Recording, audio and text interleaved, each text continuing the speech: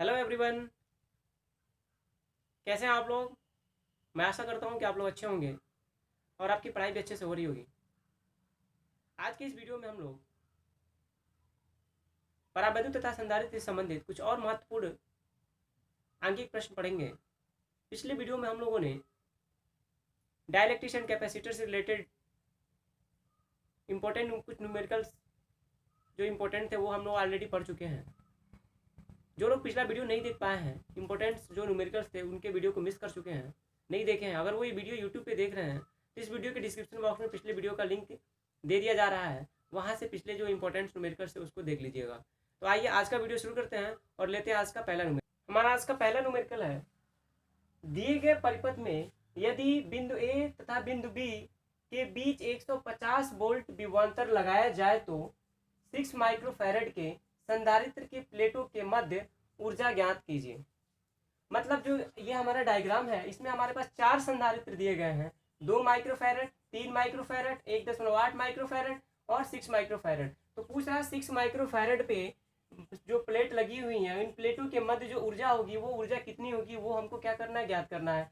तो यहाँ पे ऊर्जा ज्ञात करने के लिए सबसे पहले हमको कम से कम क्या एटलीस्ट आवेश ज्ञात करना होगा और विभवांतर ज्ञात करना होगा। जब ये दो चीज हमको क्या हो जाएगी, पता हो जाएगी, तो हम आसानी से क्या करेंगे, यू ज्ञात कर लेंगे। अब अगर बात करें कि आखिर इस पे आवेश कितना होगा, तो सबसे पहले देखें ये जो हमारे पास संधारित्र जो जुड़े हुए हैं, ये 2 माइक्रोफैरड का, 3 माइक्रोफैरड का, 1.8 माइक्रोफैरड का, तो इन पे जितना आवेश होगा यानी टोटल जो आवेश इन पे होगा उतना ही आवेश 6 माइक्रोफैरड के संधारित्र पे होगा। तो सबसे पहले हम क्या करें, ये जो 2, 3 और 1.8 माइक्रोफैरड वाले जो संधारित्र हैं इन पे जो आवेश है इसको हम ज्ञात कर लें। उसके बाद जितना आवेश इधर होगा उतना ही आवेश क्या होगा, इतना इधर होगा, उसको ज्ञात कर लेंगे। तो सॉल्यूशन लिखें अगर हम, तो सबसे पहले ये जो हमारे पास परिपथ दिया गया, परिपथ के लिए हम क्या करें, पहले जो संयोजन ये हमने संधारित्रों का किया हुआ है, इन संयोजन की जो तुल्य धारिता होगी वो ज्ञात करनी पड़ेगी। तो हम देखें कि 2 माइक्रोफैरड और 3 माइक्रोफैरड एक दूसरे से श्रेणी क्रम में जुड़े हुए हैं, और श्रेणी क्रम में जब जुड़े हुए हैं तो हम लिखेंगे 2 माइक्रोफैरड व 3 माइक्रोफैरड के संधारित्र के लिए मान लिया इनकी तुल्य धारिता कितनी है, सी डैश है, तो वो किसके बराबर होगी, 1/2 प्लस 1/3 के। जब इसको हल करेंगे क्रॉस मल्टीप्लीकेशन के साथ तो ये कितना हो जाएगा, ऊपर हो जाएगा 5 और नीचे हो जाएगा 3 2 6। अगर इसको हम सी डैश कर दें, इसका इन्वर्स लिख दें, तो ये हो जाएगा 6/5 माइक्रोफैरड, या अगर थोड़ा सा और इसको हल करें, इसमें भाग दें, तो ये हो जाएगा 1.2 माइक्रोफैरड के बराबर। इसका मतलब ये जो 2 माइक्रोफैरड और 3 माइक्रोफैरड के संधारित्र है, इनकी तुल्य धारिता कितनी हो जाएगी, 1.2 माइक्रोफैरड के बराबर होगी। और जब इन दोनों को जोड़ेंगे तो जोड़ने के पश्चात एक संधारित्र बन जाएगा, और तब जो संधारित्र बनेगा 1.2 का, यानी तुल्य जो संधारित्र बनेगा वो इसके साथ कैसा होगा, समांतर क्रम में होगा। और जब समांतर क्रम में होगा तो उसकी तुल्य धारिता मान लीजिए क्या है, सी डैश है, यानी हम लिखेंगे सी डैश व 1.8 माइक्रोफैरड के संधारित्र ये कैसे होंगे, समांतर क्रम में होंगे। और जब समांतर क्रम में होंगे तो जो इनकी तुल्य धारिता होगी वो कितनी होगी, मान लीजिए सी डबल डैश है, तो वो हो जाएगा C dash plus 1.8। C dash का मान रखेंगे अगर 1.2 माइक्रोफैरड प्लस 1.8 माइक्रोफैरड, जब जोड़ेंगे तो ये हो जाएगा 3 माइक्रोफैरड के। इसका मतलब ये जो 2 माइक्रोफैरड, 3 माइक्रोफैरड और 1.8 माइक्रोफैरड वाले संधारित्र हैं, इनकी जो तुल्य धारिता सी डबल डैश वो कितनी हो गई, 3 माइक्रोफैरड के बराबर हो गई। अब अगर आगे देखें हम कि ये जो सी डबल डैश है, यानी इनकी जो तुल्य धारिता होगी वो इस संधारित्र के साथ कैसे होगी, तो श्रेणी क्रम में होगी। और जब श्रेणी क्रम में होगी तो टोटल की यानी ए और बी के बीच तुल्य धारिता निकाले, तो हम ऐसे लिख सकते हैं ए व बी के बीच तुल्य धारिता की बात करें तो तुल्य धारिता मान लीजिए वो क्या है, वो हो जाएगा सी डबल डैश। तो सी डबल डैश किसके बराबर होगा, तो 1/c, सॉरी ये ट्रिपल डैश मान ले रहा है, तो ये हो जाएगा 1/c डबल डैश प्लस 1/6।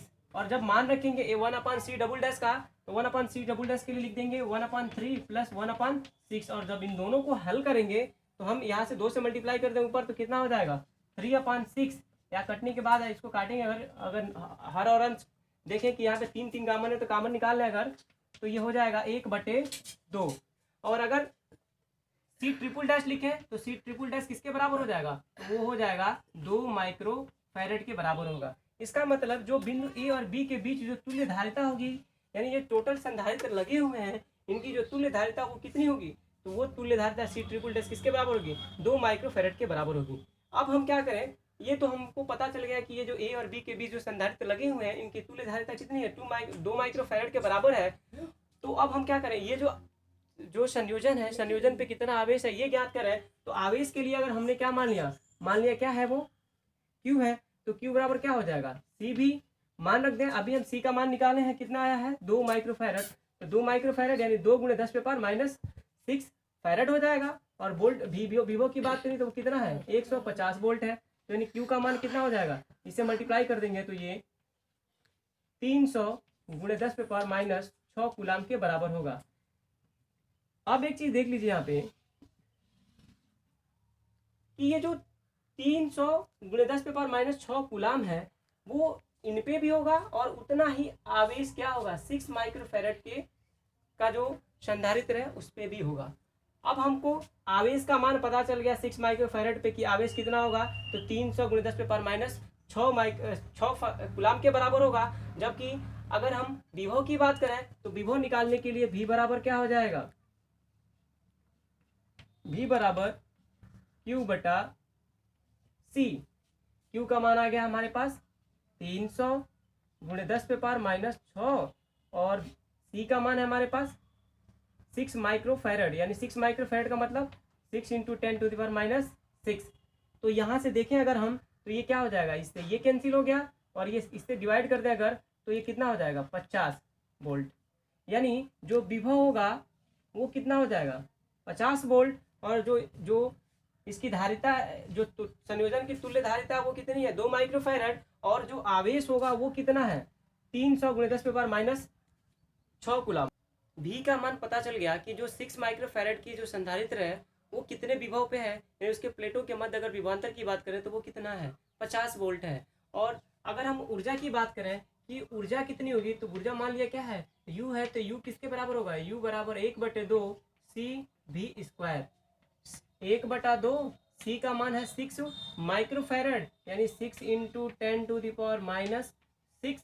अब ये फैरेड में हो गया। और ये भी की बात करें तो भी कितना है, 50 है, तो 50 का वर्ग का मतलब 50 × 50। अगर हम इसको गुणा कर लें तो ये कितना हो जाएगा, ये 3 टाइम्स हो जाएगा, 3 × 10⁻, इससे कैंसिल हो जाएगा 3 टाइम में, -6 × इसमें मल्टीप्लाई कर दें तो ये हो जाएगा 2500 जूल के बराबर। यानी यू की बात करें तो यू बराबर हो जाएगा 25, इसमें गुणा कर दे अगर तो ये हो जाएगा इतना 7500 × 10⁻⁻6 जूल। और अगर थोड़ा सा स्टैंडर्ड फॉर्म में लिखें तो यू बराबर हो जाएगा 7.5 × 10⁻। अब चूंकि यहाँ पे पॉइंट हम यहाँ से था 1 2 3 अंक इधर लेके आए हैं, तब 3 इसमें से घट जाएगा, ये हो जाएगा 3 जूल के बराबर। यानी जो 6 माइक्रो फैरेड संधारित्र की धारिता वाली जो प्लेट है उन प्लेटों के मध्य ऊर्जा कितनी होगी, तो 7.5 × 10⁻³ जूल ऊर्जा क्या होगी, उस संधारित्र के प्लेटों के मध्य होगा। तो ये तो रहा हमारा पहला न्यूमेरिकल का सॉल्यूशन। आइए दूसरा न्यूमेरिकल देखते हैं कि कौन सा है। हमारा जो अगला न्यूमेरिकल है वो है n समरूप संधारित्र जिनकी धारिता कैपिटल C जुड़े हुए हैं, जिन्हें कैपिटल V वोल्ट विभव तक आवेशित किया जाता है। कुल विभवांतर एवं कुल ऊर्जा ज्ञात करें जब श्रेणी क्रम में जुड़े हों, दूसरा जब समांतर क्रम में जुड़े हों।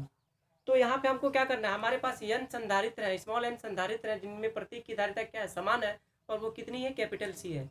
दोनों को हम क्या करें, एक बार श्रेणी क्रम में जोड़ दें और एक बार समांतर क्रम में जोड़ दें, और उसके बाद क्या करें, हम जो टोटल विभव है वो ज्ञात कर लें और जो उनकी ऊर्जा है वो ज्ञात कर लें। तो हम जानते हैं कि जब क्या करते हैं, जो समांतर क्रम होता है, समांतर क्रम में जो प्रत्येक संधारित्र होता है, प्रत्येक संधारित्र एक समान विभव पे होता है, जबकि श्रेणी क्रम में जो विभव होता है वो क्या होता है, अलग अलग होता है। तो अगर हम हल लिखना चाहें तो पहले हम सॉल्यूशन लिखें, अगर तो लिखेंगे सॉल्यूशन पहला ले रहे हैं कि श्रेणी क्रम में अगर वो जो n संधारित्र है वो कैसे हैं, तो श्रेणी क्रम के लिए, तो श्रेणी क्रम के लिए अगर हम देखें तो हम पहले सबसे पहले उनकी तुल्य धारिता निकालें। मान लिया उनकी तुल्य धारिता कितनी है, सी डैश है, तो सी डैश किसके बराबर होगी, 1/C1 plus 1/C2 plus 1/C3 plus कहाँ तक, तो n वें संधारित्र तक। अब हम C1 C2 सबकी वैल्यू क्या है, समान है, तो ये हो जाएगा 1/C dash equal to 1/C plus 1/C plus 1/C कहाँ तक, n तक। और सबको अगर जोड़ दें, हम सबको जोड़ दें तो ये हो जाएगा 1/C dash equal to n/C, यानी जो तुल्य धारिता होगी वो कितनी होगी, 1/C डैश बराबर n/C, या इसको और थोड़ा सा हल करें तो C डैश बराबर क्या हो जाएगा, C/n। तो ये क्या हो गया, श्रेणी क्रम में जो हमारे पास n संधारित्र थे उनका तुल्य धारिता हो गई। अब अगर विभव की बात करें तो श्रेणी क्रम में मान लीजिए प्रत्येक का विभव कितना है, प्रत्येक का विभव क्या है, V1 है, दूसरे का V2 है, तीसरे का क्या है, V3 है, ऐसे ऐसे कहाँ तक, Vn तक। हम बात करें कि सबकी धारिता क्या है, समान है। जब सबकी धारिता समान है और सभी एक सोर्स से जुड़े हुए हैं तो ये क्या हो जाएगा, V बराबर सब V plus V plus V plus V कहाँ तक, n तक। तो V की वैल्यू कितनी हो जाएगी, V डैश हम इसको मान ले रहे हैं, तो V डैश बराबर हो जाएगा NV। अब हम देखें कि हमें धारिता भी पता हो गई और जो हमको विभव ज्ञात करना था ये भी पता हो गया। अब अगर हम ऊर्जा की बात करें तो U बराबर हम लोग लगाएंगे फार्मूला 1/2CV²। अगर मान रख दें 1/2, C का मान कितना हो जाएगा, तो C/n, ये क्या हो गया, C का मान। और अगर विभव की बात करें तो वो कितना हो जाएगा, NV, ये स्क्वायर हो जाएगा। अगर हम हल करें इसको तो ये क्या हो जाएगा, ये 2 बार n हो जाएगा, तो 1 बार n से ये कैंसिल हो जाएगा, तो ये हो जाएगा 1/2 और NCV², ये होगा हमारा ऊर्जा। यानी जब n संधारित्र को हम क्या करेंगे, श्रेणी क्रम में जोड़ेंगे जिनकी धारिताएं क्या है, समान है, तो उनकी टोटल एनर्जी किसके बराबर होगी, तो U बराबर होगा 1/2 NCV²। और अगर विभव की बात करें तो कुल विभव कितना होगा, V डैश, वो किसके बराबर होगा, NV के बराबर होगा। ये तो रहा किसके लिए, श्रेणी क्रम के लिए। अगर ऐसे ही हम क्या करें, समांतर क्रम के लिए हल करें, अगर हम इसी का दूसरा पार्ट लें, दूसरा पार्ट में हम समांतर क्रम के लिए अगर लें, समांतर क्रम के लिए, तो समांतर क्रम में जो हमारे पास जो संधारित्र दिए गए हैं इनका जो तुल्य धारिता है वो हमने क्या मान लिया, C डबल डैश मान लिया। तो C डबल डैश किसके बराबर होगा, C1 plus C2 plus C3 plus कहाँ तक, nवें संधारित्र तक। C1 C2 C3 सबके मान के आपस में बराबर है, तो C डबल डैश किसके बराबर होगा, C plus C plus C plus कहाँ तक, nवें तक। तो ये C डबल डैश किसके बराबर हो जाएगा, NC के बराबर होगा। अब हमने देखा कि हमारे पास समांतर क्रम संयोजन के लिए जो तुल्य धारिता थी वो पता चल गई। और अगर विभव की बात करें तो हम जानते हैं कि समांतर क्रम में जो विभव होगा वो विभव कितना होगा, तो विभव के लिए अगर बात करें हम तो विभव क्या होगा, V ही होगा। यानी प्रत्येक जो संधारित्र होंगे सब एक समान विभव पे रहते हैं और वो विभव क्या है, V है। तो अगर ऊर्जा की बात करें तो ऊर्जा बराबर U बराबर 1/2 CV²। अगर मान रख दिया जाए 1/2, C का मान कितना हो गया, NC, और ये V का मान V है तो V² हो जाएगा। यानी U बराबर हो गया हमारा 1/2 NCV²। तो ये क्या हो गया हमारा, जो हमारा समांतर क्रम संयोजन था समान धारिता वाले n संधारित्रों की, ये उसकी ऊर्जा हो गई।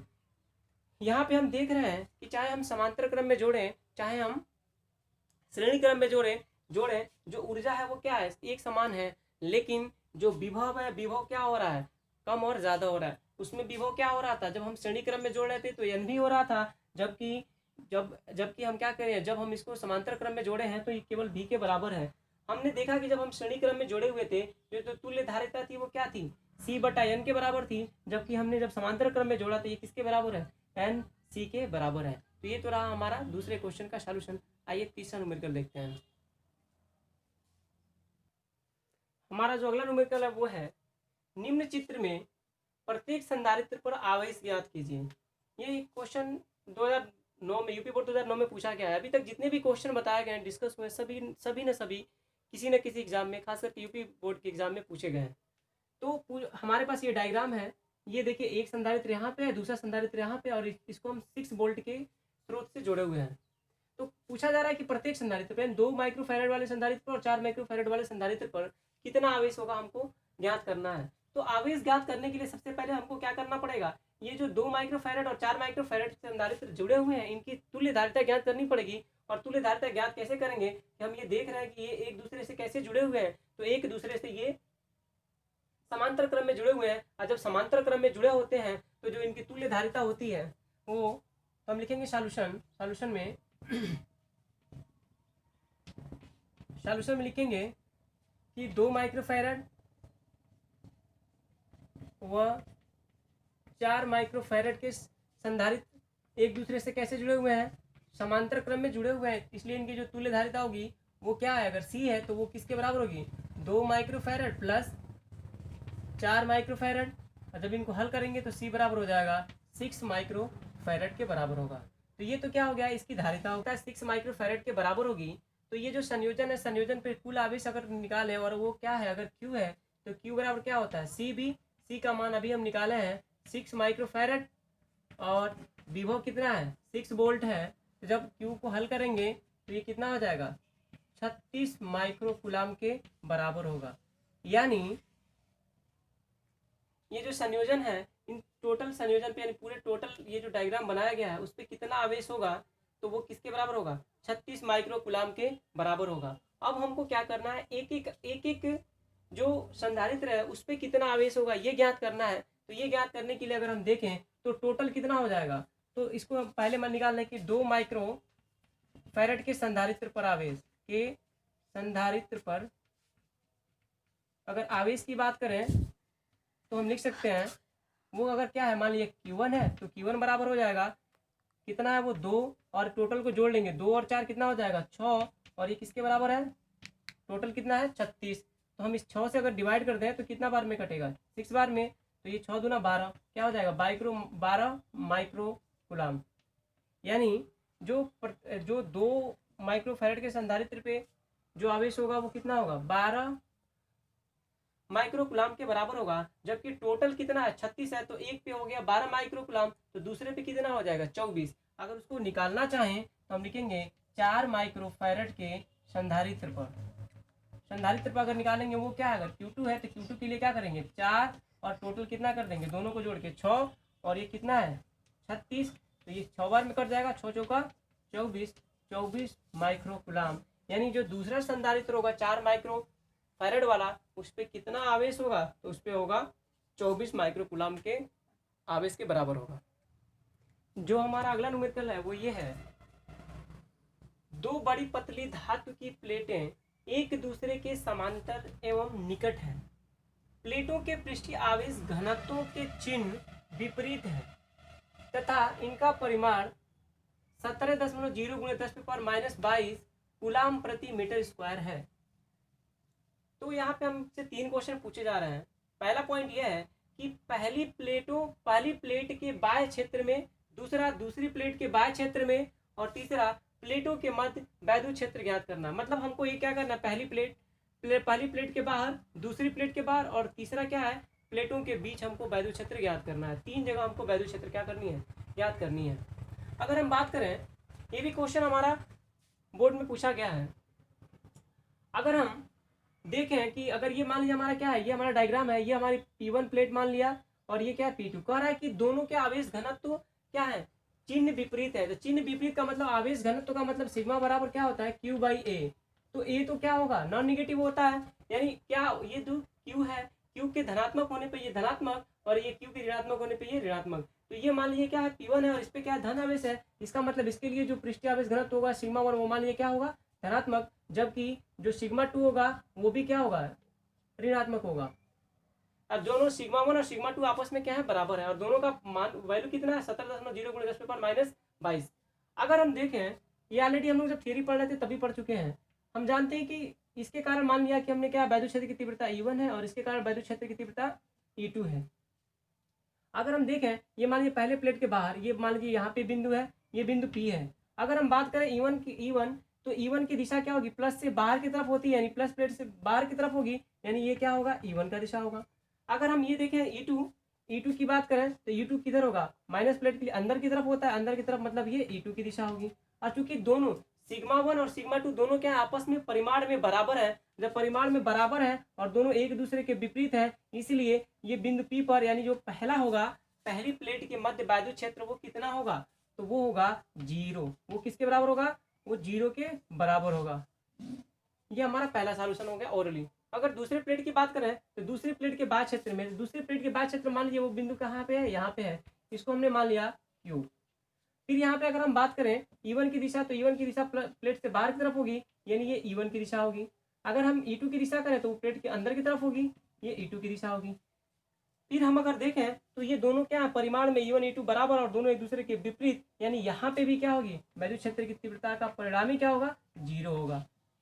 यानी हमने देख लिया पहले कंडीशन और दूसरे कंडीशन में प्लेटों के बाहर अगर वैद्युत क्षेत्र की तीव्रता की बात करें तो प्लेटों के वैद्युत क्षेत्र की तीव्रता कितनी होगी, 0 होगी। अब मान लीजिए मध्य बिंदु पे आए, बीच में आए, प्लेटों के बीच में कहीं पे जाए हम, तो प्लेटों के बीच में अगर मान लीजिए बिंदु क्या है, R है, तो अगर R पे हम बात करें E1 की दिशा, तो E1 की दिशा किधर होगी, प्लस प्लेट से बाहर की ओर होगी, ये E1 होगा। जबकि दूसरे की बात करें E2 तो E2 भी क्या होगा, E1 की दिशा में ही होगा। E1 E2 एक ही दिशा में है, और जब दोनों एक ही दिशा में है तो इनका परिणामी किसके बराबर होगा, यानी तीसरे की अगर बात करें तो जो E होगा वो किसके बराबर होगा, E1 प्लस E2 के बराबर होगा। E1 और E2 के मान रखें σ/2 epsilon naught plus σ/2 epsilon naught. जब इसको जोड़ेंगे तो ये हो जाएगा σ/एप्सिलॉन नॉट।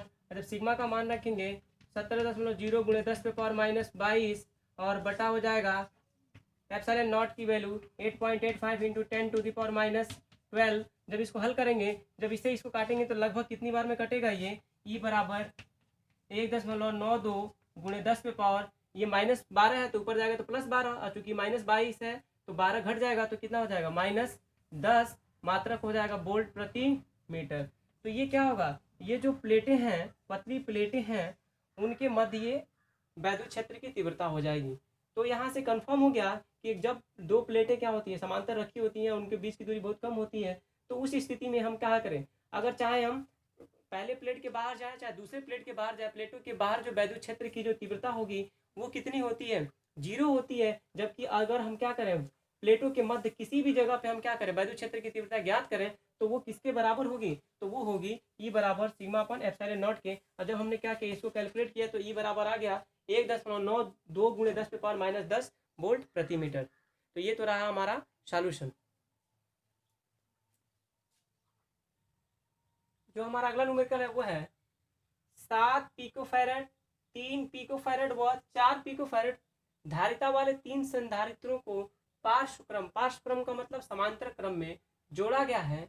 इसमें हमको से 2 क्वेश्चन पूछा जा रहा है। पहला, संयोजन की कुल धारिता, और दूसरा, यदि संयोजन को 100 वोल्ट के संभरण मतलब विभव से जोड़ दे तो प्रत्येक संधारित्र पर आवेश ज्ञात कीजिए। मतलब दूसरे क्वेश्चन में हमको क्या करना है, इसको 100 वोल्ट विभवांतर से क्या करना है, जोड़ देना है, तो उसके बाद क्या करना है, विभव ज्ञात करना है। तो अगर हम पहले सॉल्यूशन में पहला लिखे हैं कि पहले के लिए सॉल्यूशन अगर निकालें, सॉल्यूशन फर्स्ट के लिए, तो हम जानते हैं कि ये देखिए 1 2 3 संधारित्र हैं और तीनों संधारित्र एक दूसरे से समांतर क्रम में जुड़े हैं। और जब समांतर क्रम में जुड़े होते हैं तो समांतर क्रम के लिए लिख देंगे कि तीनों संधारित्र कैसे हैं, समांतर क्रम में है। और जब समांतर क्रम में होते हैं तो जो उनकी धारिता होती है, मान लिया क्या C है, तो C बराबर कितना होगा, 7 पिकोफैरेड प्लस 3 पिकोफैरेड और प्लस कितना होगा, 4 पिकोफैरेड के बराबर होगा। और सबको जोड़ेंगे जब, तो जोड़ने के बाद, और जब जोड़ेंगे तो 7 3 10 4 14, यानी C बराबर कितना हो जाएगा, 14 पिकोफैरेड होगा। या फैरेड में अगर लिखना चाहें तो लिख देंगे 14 × 10⁻12 फैरेड। या अगर इसी को स्टैंडर्ड फॉर्म में लिखें तो लिखेंगे 1.4 × 10⁻11 फैरेड के बराबर होगा। यानी एक क्वेश्चन हमारा क्या हो गया, जो पार्ट 1 था वो सॉल्व हो गया। और वो कितना आ गया, तो ये जो संयोजन है, जो संयोजन की जो तुल्य धारिता है वो कितनी है, 1.4 × 10⁻11 फैरेड या 14 पिको फैरेड के बराबर है।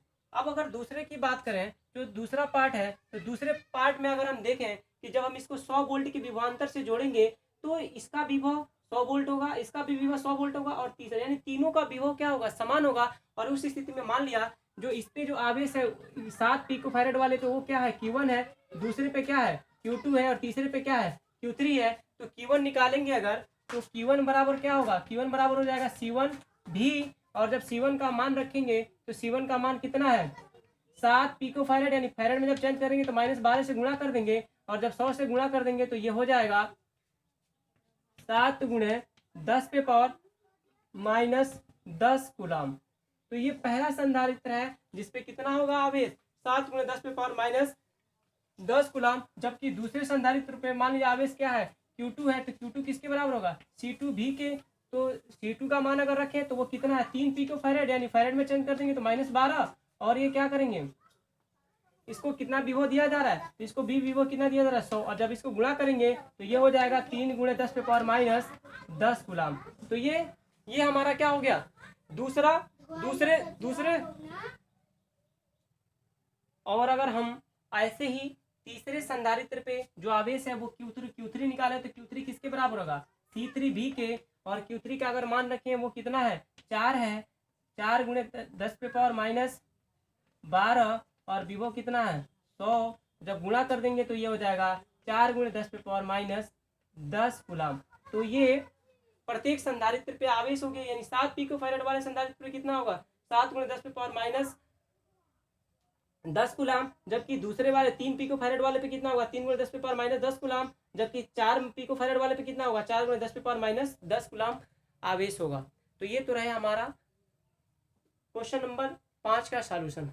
फिलहाल आज के वीडियो में इतना ही, जल्दी मिलेंगे अगले वीडियो में, तब तक के लिए धन्यवाद।